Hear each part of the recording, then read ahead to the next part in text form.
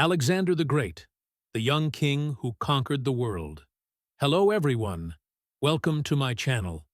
Improve your English by learning the interesting life story of Alexander the Great. At just 20 years old, he became king. By 30, he ruled the biggest empire the world had seen. His name was Alexander the Great, and his story is one of war, courage, and dreams. He was not only a king, he was a leader who wanted to see the world and change it. Today, we still remember him as one of the greatest people in history. Alexander was born more than 2,000 years ago, in a place called Macedonia. It is near the country of Greece. His father was a strong king. His mother believed that Alexander was special, even as a baby. From a young age, Alexander showed he was smart and brave. He loved learning. One of his teachers was the great thinker Aristotle. But Alexander also loved action. He learned how to ride horses, fight with swords, and lead men in battle. When his father died, Alexander became king at only 20 years old. Many people thought he was too young, but Alexander quickly showed he was ready. He started his journey to conquer the world. He led his army to many lands. He won battle after battle. He never lost a single war. From Egypt to India, people began to know his name. He treated some people with kindness. Others, he fought hard to defeat. In this story, you will learn about his early life, his big battles, and how he became a legend. You will see how he made friends and enemies. You will hear about his dreams and the problems he faced. You will also learn how his short life changed the world forever. Alexander died when he was only 32 years old, but in just 12 years, he changed history. He built cities, spread ideas, and brought people from different cultures together. Many things we know today started because of him.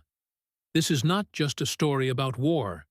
It is a story about leadership, bravery, and big dreams. It is also a great way to practice English. The words are simple, but the story is powerful. So, get ready. Let's travel back in time. Let's follow the footsteps of a young king who became a legend. This is the story of Alexander the Great. Chapter 1. The Boy Who Would Be King. A long time ago, in a land called Macedonia, a baby boy was born. His name was Alexander. He was born in the city of Pella in the year 356 BC. From the moment he was born, many people believed he was special. His parents were not ordinary people. His father was a powerful king. His mother believed her son would do great things. Alexander's father was King Philip II. He was a strong and clever leader. He made Macedonia bigger and stronger. Philip loved war and power. He taught his son how to be a good fighter and a good king. He showed Alexander how to lead an army and make plans for battle. Philip wanted his son to be strong and brave. Alexander's mother was Queen Olympias. She was from a place called Epirus. Olympias was very proud and full of passion. She told Alexander many stories when he was a young boy. One story she told again and again was about the Greek hero Achilles. Achilles was fast, strong, and never afraid. He was the hero of the famous story, the Iliad. Olympias told Alexander, "You are like Achilles. You are born to be great." These words stayed in Alexander's heart. Alexander wanted to be like Achilles. He dreamed of doing great things. He wanted to travel far, win battles, and have his name remembered forever. Alexander was not only strong and brave, he was also very smart. His father wanted him to learn from the best teacher. So King Philip called a very wise man to teach his son. His name was Aristotle. Aristotle was one of the greatest thinkers in the world. He knew many things: science, history, art, and more. He was a student of Plato, another famous thinker. Aristotle believed that learning was very important. When Alexander was about 13 years old, Aristotle came to teach him. They spent many hours together every day. Aristotle taught Alexander how to think clearly and ask good questions. He also taught him about animals, plants, stars, and countries far away. Alexander loved to learn. He was a curious boy. He asked many questions. He wanted to know how the world worked. He wanted to know about other people and other lands. Aristotle also taught Alexander about Greek ideas. He told him about justice, freedom, and good leadership. He said, "A great king must be wise, not only strong." These lessons helped Alexander think like a leader. He started to dream bigger. He did not only want to fight, he wanted to build a better world. Alexander also learned to love books. His favorite story was the Iliad. He kept a copy with him all his life. Even when he became a king, he read it again and again. He wanted to be like Achilles, the brave hero in the story. Alexander grew up in a world full of war, politics, and big dreams. His father showed him how to lead. His mother told him he was special. His teacher helped him understand the world. All these people made Alexander who he was. By the time he was 16, Alexander was not a boy anymore. He was ready to lead. When his father went away to fight, Alexander stayed behind and ruled Macedonia for a short time. He did well. He showed that he was ready to be king one day. But something big was going to happen. When Alexander was just 20 years old, his father Philip was killed. Some say it was an enemy. Others say it was someone close to the king. No one knows for sure. But now, the young Alexander was king. He had a strong army. He had a powerful mind. He had big dreams. Everything he learned as a child, from his mother, his father, and his teacher, was now inside him. Alexander was ready. The world was waiting. This was the beginning of something great. Chapter 2. The Young King and His First Battles. When Alexander was just 20 years old, his life changed forever. His father, King Philip II, was killed. It happened during a big wedding celebration. Some people say a guard killed him. Others think it was a secret plan. No one knows the full truth. But now, the young Alexander became king of Macedonia. Many people were shocked. Some thought Alexander was too young. Others wanted to take his crown. The kingdom was in danger. Enemies were watching. Some Greek cities wanted freedom. They did not want a new king. But Alexander did not wait. He acted fast.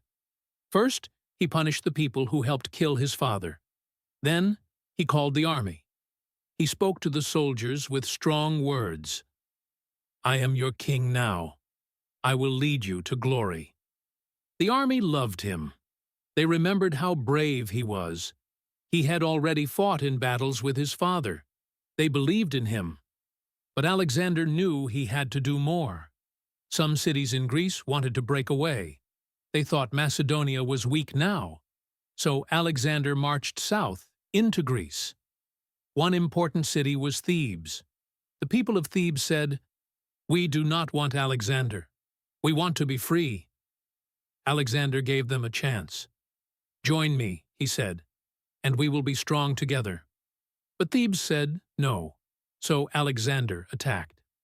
The battle was short but powerful. He destroyed the city. He showed everyone that he was not afraid. This sent a clear message. Do not fight the young king. He is strong and serious. The other cities in Greece were afraid now. They did not want the same thing to happen to them. So they joined Alexander. Even the great city of Athens agreed to follow him. Now, Greece was united under one leader, Alexander. This was very important. His father, Philip, had started this work. Alexander finished it. He was now king of Macedonia and leader of all Greece. But Alexander wanted more. His father had dreamed of going to war with Persia, the richest and biggest empire in the world. Now Alexander wanted to follow that dream. But before going east to Persia, he had to be sure that no one in Greece would rise against him. So he set up leaders he could trust in each city. He left soldiers in key places. Then he made plans for a much bigger journey. But not everyone was happy. In the north, near Macedonia, some Thracian tribes were ready to fight. They thought Alexander was too busy with Greece to stop them. But once again, Alexander moved fast. He took his army and marched north. The battles were hard.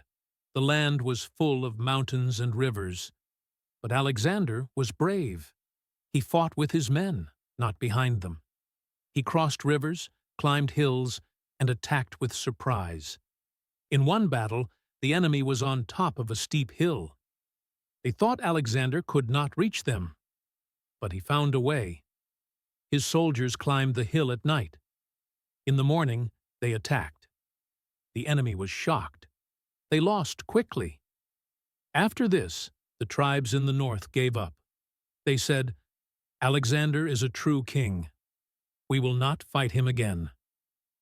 Now, Alexander's name was known far and wide. People called him a hero. They said he was strong like a lion and smart like a fox. With the north quiet and Greece united, Alexander was ready for the next step. He would now go east, to the land of Persia. But before leaving, he visited a special place, the city of Delphi. There was a famous temple there, and people believed the gods spoke through a woman called the Oracle. Alexander asked the Oracle, "Will I succeed in my journey?" The Oracle said, "You are unstoppable." With these words, Alexander felt ready. He had a great army. He had a dream. And now he had the full support of Greece. This was the beginning of his long and famous journey to conquer the world. Chapter 3. The Great War with Persia. Alexander the Great was ready. He had united Greece. He had stopped the enemies in the north. Now, he wanted to follow his father's dream, to defeat Persia, the richest and biggest empire in the world. The Persian Empire was ruled by King Darius III. His land was full of gold, cities, and armies. But Alexander was not afraid. He believed he could win. He took 35,000 soldiers and crossed into Asia Minor, today's Turkey. The war had begun. The Battle of Granicus. Alexander's first big battle in Asia was at the Granicus River. The Persian army was waiting on the other side of the river. They had horses, weapons, and many men.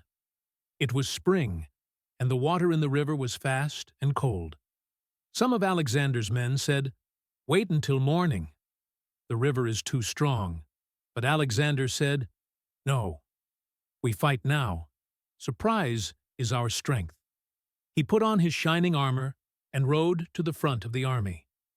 He crossed the river with his soldiers. The water was deep. Arrows flew in the air. Horses screamed. But Alexander kept going. He fought with his sword and shouted, "Forward!" His bravery gave strength to his men. After a long fight, the Persians ran away. Alexander had won his first battle. He showed the world that he was strong and fast. The Greek cities in Asia were now free from Persian rule. Many people welcomed Alexander as a hero. He treated them with kindness, which made more people trust him. The Battle of Issus. 1 year later, Alexander marched farther into Persian lands. In a narrow place between mountains and the sea, he met King Darius himself. This battle was called the Battle of Issus. Darius had a very large army. Some say he had over 100,000 soldiers. He thought it would be easy to beat Alexander. But Alexander used smart tactics.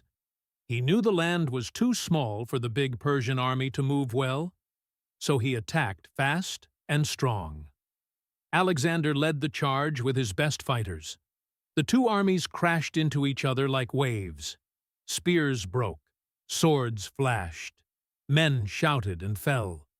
In the middle of the battle, Alexander saw Darius.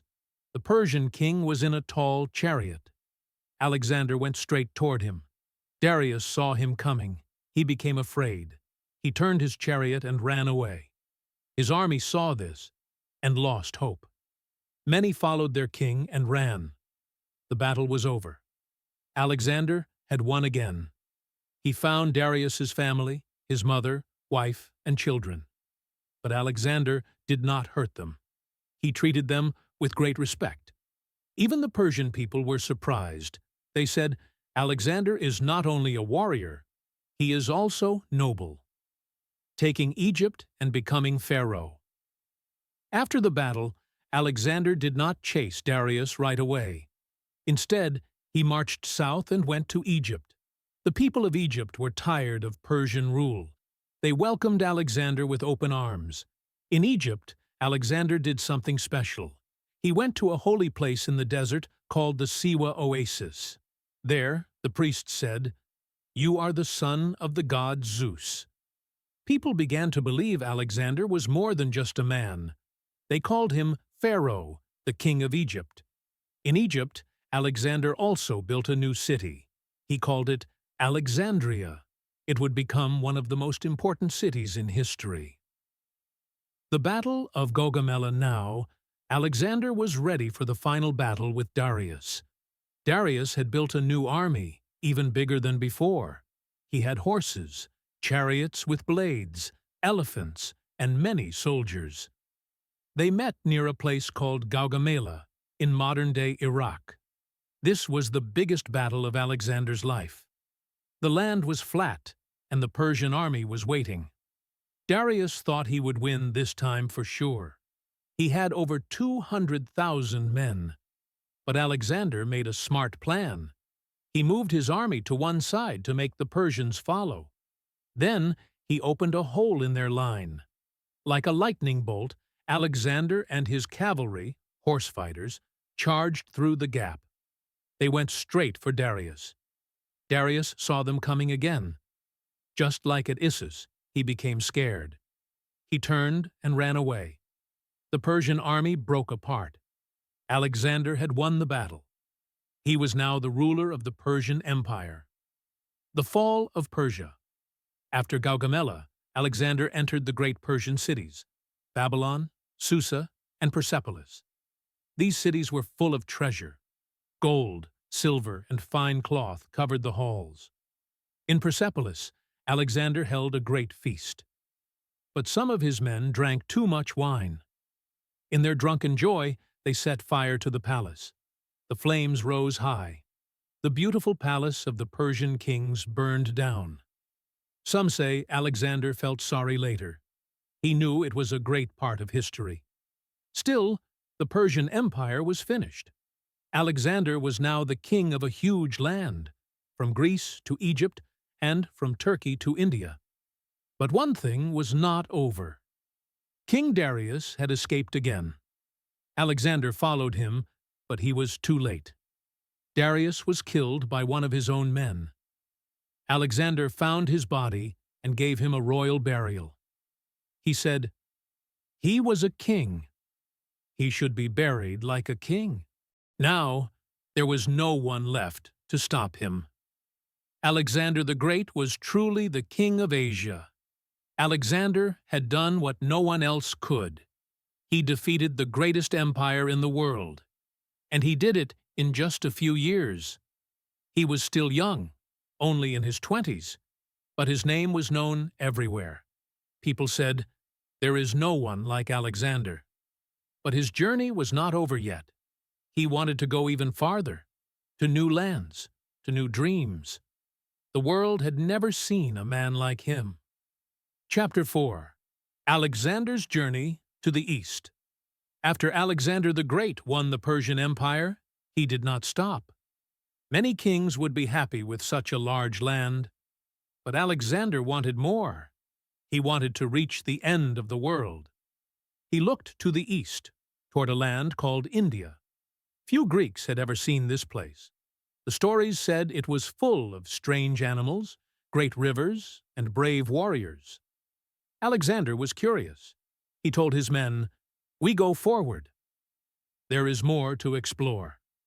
So Alexander and his army began the long journey east. They walked through mountains, rivers, and deserts. The weather was hot. The roads were hard. But Alexander did not give up. He walked beside his soldiers, sharing their pain and leading the way. Crossing the Hindu Kush first, they crossed the Hindu Kush mountains. The air was cold. The path was narrow. Many men and horses slipped and fell. The army was tired and hungry. Still, Alexander pushed forward. He said, "No mountain is too high. No land is too far." His strong will gave the men hope. After many days, they came down from the mountains. They were now close to India. The land was green and full of life. Strange birds flew in the sky. Elephants walked through the forests. The soldiers had never seen such animals before. The Battle of the Hydaspes River. In India, Alexander met a powerful king named Porus. He was tall and strong. His army was big. But the most surprising thing was this: Porus had elephants in battle. These animals were huge and scary. They had armor and sharp tusks. The Greeks had never fought elephants before. The two armies met at the Hydaspes River. It was raining hard.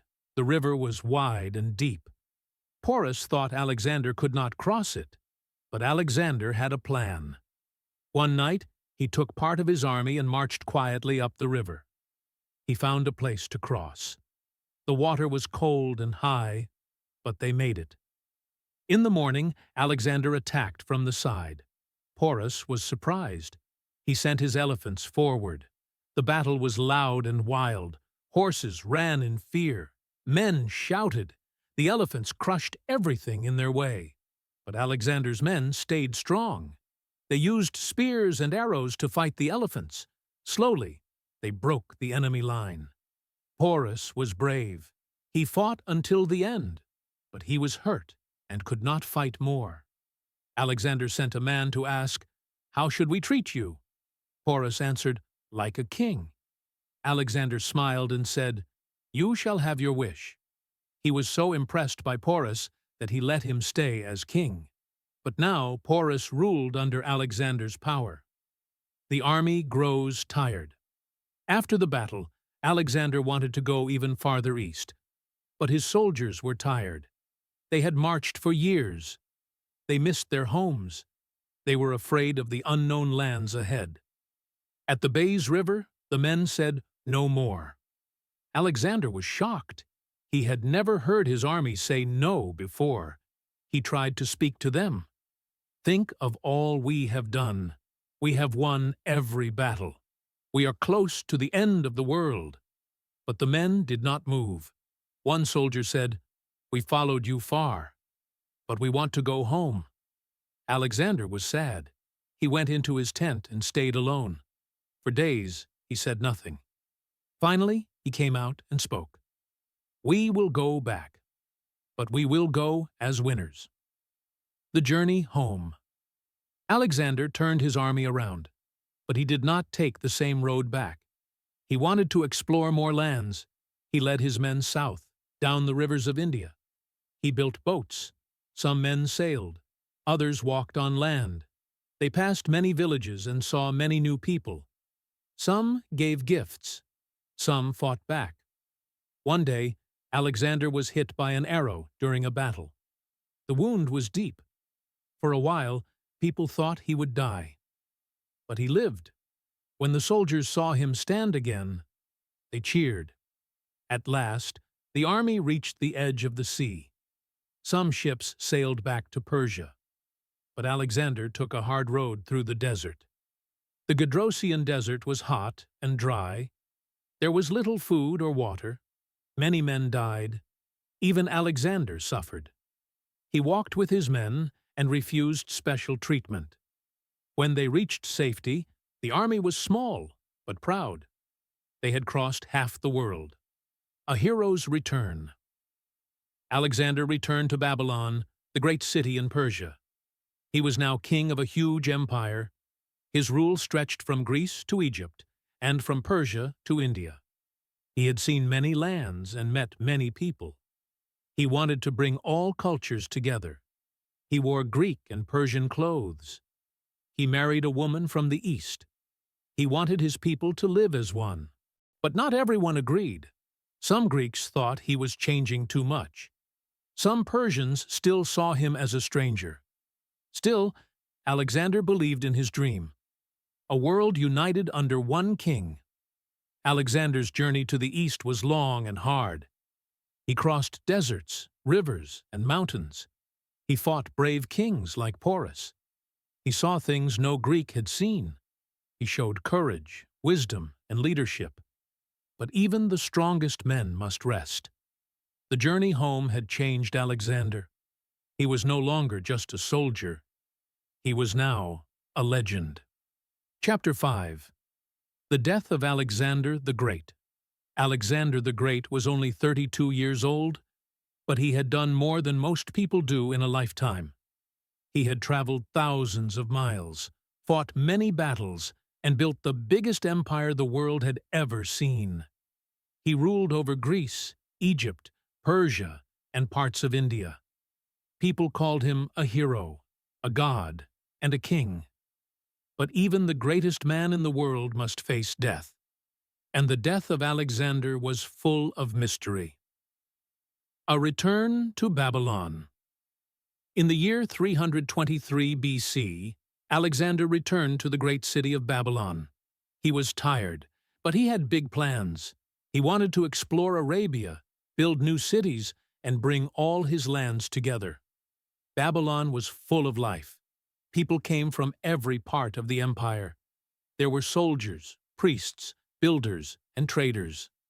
Alexander met with leaders, made speeches, and gave rewards to his men. One day, he went to a party. There was food, music, and wine. Alexander laughed with his friends. But that night, something strange happened. A sudden illness. After the party, Alexander felt very sick. He had a high fever. His body was hot and weak. He could not speak well. Each day he grew worse. Some days he could not get out of bed. His doctors came to help, but nothing worked. 10 days passed. His friends stood by his bed.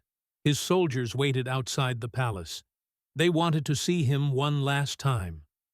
Alexander could not talk much, but when the soldiers came in to look at him, he lifted his hand. It was a small sign to say goodbye. And then, on June 10th, 323 BC, Alexander the Great died. The world in shock. The news spread fast. People could not believe it. Alexander is dead? They asked. But he was so young. Some people cried. Others were silent. His army was heartbroken. His friends were confused. There was one big problem. Alexander had no clear heir, no son who was ready to be king. His wife Roxana was going to have a baby, but the child was not born yet. The generals began to argue. Who will rule now? They said. Without Alexander, the empire started to fall apart. How did he die? The death of Alexander was sudden and strange. Even today, no one knows for sure what killed him. But there are 3 main theories. 1. Sickness. Many historians believe Alexander died from a natural illness. In Babylon, there were mosquitoes, dirty water, and hot weather. These could cause dangerous diseases. Some experts say he had malaria, a sickness from mosquito bites. Others say it was typhoid, which causes high fever and pain. Alexander was tired from years of travel and war. His body was weak. The sickness may have been too strong. This is the most common belief. But some people think it was not just sickness. 2. Poison. Some people say Alexander was poisoned. They believe someone wanted him dead. But who? Maybe one of his generals. Some of them were angry at Alexander for acting like a god. Maybe people from Persia or Greece who didn't like his rule. Maybe someone close to him, hiding in the palace. But there is a problem with this idea. Poison usually works fast. Alexander died slowly, over many days. Was there a poison that could do that? Maybe. Some plants or powders can kill slowly, but it is hard to prove. Even today, we don't have clear proof of poison, but the mystery continues. 3. A broken heart or body. Another theory is not about poison or sickness. Some people say Alexander was just tired. His body had been through many battles. He had walked through deserts, climbed mountains, and fought in the rain and heat. He had not rested for years. Others say his heart was broken. His best friend Hephaestion had died not long before. Alexander was very sad. He cried for days. He even made a big fire to honor Hephaestion, like a god. Some believe the sadness, stress, and hard life broke him from the inside. The strange signs. There are also strange stories around Alexander's death. Some people said his body did not rot for many days. It stayed fresh and beautiful. There were sudden storms in Babylon when he died. A lion was seen walking near his palace. These signs made people believe he was more than human. Some said he became a god after death. Others said he was chosen by the gods. Where is his body? After Alexander died, his generals placed his body in a golden coffin. They planned to take him to Macedonia, his home.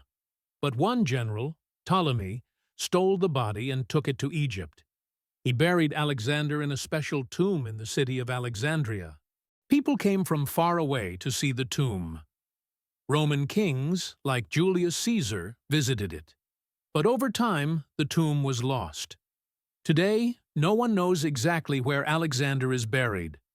Some say it is still under the streets of modern Alexandria. Others say it was moved or destroyed. The tomb of Alexander is one of the greatest mysteries in history. A life that changed the world. Alexander died young, but his name lived on. Cities he built still carry his name. Alexandria is one of them. His battles are still studied in schools. His dreams of one world, many people living together, were ahead of his time. After his death, his empire broke into smaller parts. His generals became kings in different lands. But no one could be like Alexander. Even today, people remember him as Alexander the Great. A legend forever. Was he killed by sickness? Was he poisoned? Or was he simply human and tired? We may never know for sure. But we do know this: Alexander's story did not end with his death. It became a legend, a story told for more than 2,000 years, a story of courage, power, and mystery. Chapter 6. The Legacy of Alexander the Great. Alexander the Great died young, but his name still lives. Over 2,000 years later, people still talk about him. His life was short, but his actions changed the world forever. But what is a legacy? A legacy is what a person leaves behind. Ideas, changes, or memories that stay after they are gone. Alexander's legacy is very big. Let's look at how he changed the world. He created a giant empire. Before Alexander, the world was full of small kingdoms. But Alexander brought many lands together. His empire was the biggest in the world at that time. He ruled over Greece, Egypt, Persia, and parts of India. This was not just about power. It also meant people from many cultures lived under one king. He showed that the world could be bigger than one city or one country. He connected East and West. Roads, trade, and ideas flowed across the empire. This helped people learn more about each other. He spread Greek culture. Alexander loved Greek ideas. language, art, music, and learning. Everywhere he went, he built cities. The most famous one is Alexandria in Egypt. These cities had Greek schools, theaters, and markets. People read Greek books and studied Greek science and math. But Alexander also respected local cultures. He married a woman from Persia. He wore clothes from different lands. He wanted to mix Greek and Eastern ways of life. This mix is called Hellenistic culture. It means Greek-like, but with new colors. It was a time when cultures came together. Art became richer. Science grew. Philosophy asked big questions. People from different lands worked and learned side by side. He inspired future leaders. Many great leaders after Alexander wanted to be like him. Roman generals studied his battles. Napoleon Bonaparte read books about him. Even today, people see Alexander as a symbol of courage and vision. He was not just a warrior. He was a dreamer. He dreamed of a world with no borders. He wanted to go beyond the known map. He said, "There is nothing impossible to him who will try." Even though his empire broke after his death, his ideas lived on. The dream of one world, different people, one goal, did not die. Was he a great leader, or just a lucky conqueror? This is a big question. Some people say Alexander was lucky. He had a strong army from his father, King Philip. He met weak enemies, like Darius, who ran away. Maybe he won because others made mistakes.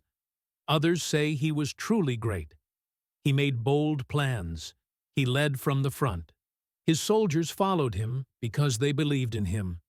He didn't rule with fear. He ruled with vision. He respected smart people. He learned from Aristotle, the great teacher. He asked questions. He wanted to understand the world, not just take it. So, what do you think? Was Alexander the Great a true hero, or was he lucky in the right place at the right time? His legacy lives on. No matter the answer, one thing is clear. Alexander changed history. He was more than a king. He was a bridge between cultures. He helped create a world that shared ideas across borders. His name became a legend. Even in countries he never visited, people know his story.